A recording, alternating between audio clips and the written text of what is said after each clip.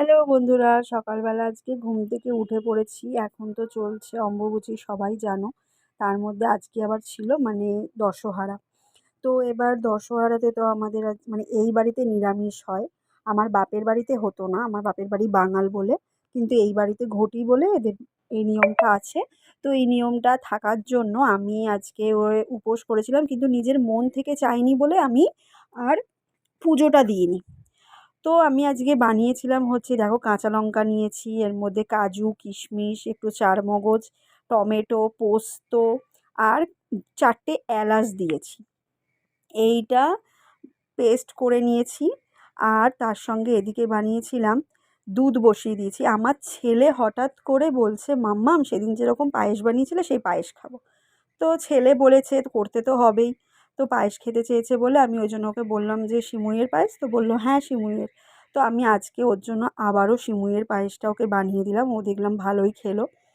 তো এমনিও পায়েস খুব একটা পছন্দ করে না, কিন্তু সেদিনকার বানিয়ে দিয়েছিলাম, ভালো লেগেছিলো বলে হয়তো আজকে আবার বানিয়ে দিতে বলেছে। তো ওর জন্য আবার বানালাম। তো ওর জন্য বানানো মানে আমাদেরও সবারই হয়ে গেল, কারণ যেহেতু নিরামিষ বানিয়েছি সবার জন্য, তাই বানিয়ে নিলাম এটা।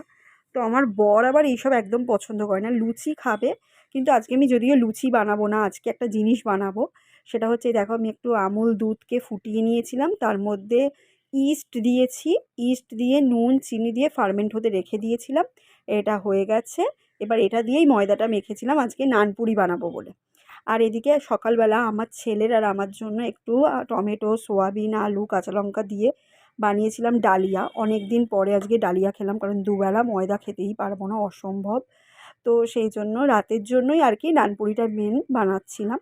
তো আর এদিকে দেখো নিয়ে এসেছি পনির। সেদিন তখন যে দেখলে ওই এটা বানিয়েছি পেস্টটা, ওই পেস্টটা দিয়েই আজকে আমি এই পনিরটা রান্না করব। আর এদিকে আলুটা ভাজতে দিয়ে দিচ্ছি। আর এই পনিরটা না, কাঁচা পনিরটাই ভালো লাগে, মানে ভেজে পনির দিয়ে ভালো লাগে না তরকারিটা। আর এটার ওপরে এই যে নিয়েছি, দেখো, পনিরগুলো নিয়ে নিয়েছি। আর আমি আমার মন থেকেই রান্না করি, আমি অত মানে আহ, এইটা বানাচ্ছি ওটা বানাচ্ছি না, আমি আমার নিজের মন থেকেই নিজে রান্না করেছিলাম। আর খুবই ভালো হয়েছিল, টেস্ট হয়েছিল খেতে।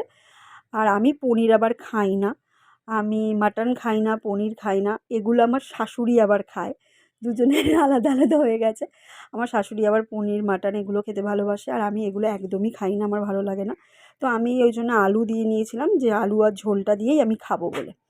তো এবার এইসব রান্না বান্না এদিকে চলছে, করতে করতে এদিকে আমার ছেলেকে দেখো, পুরো সারা জায়গাময় খেলনা ছড়িয়ে বসে আছে।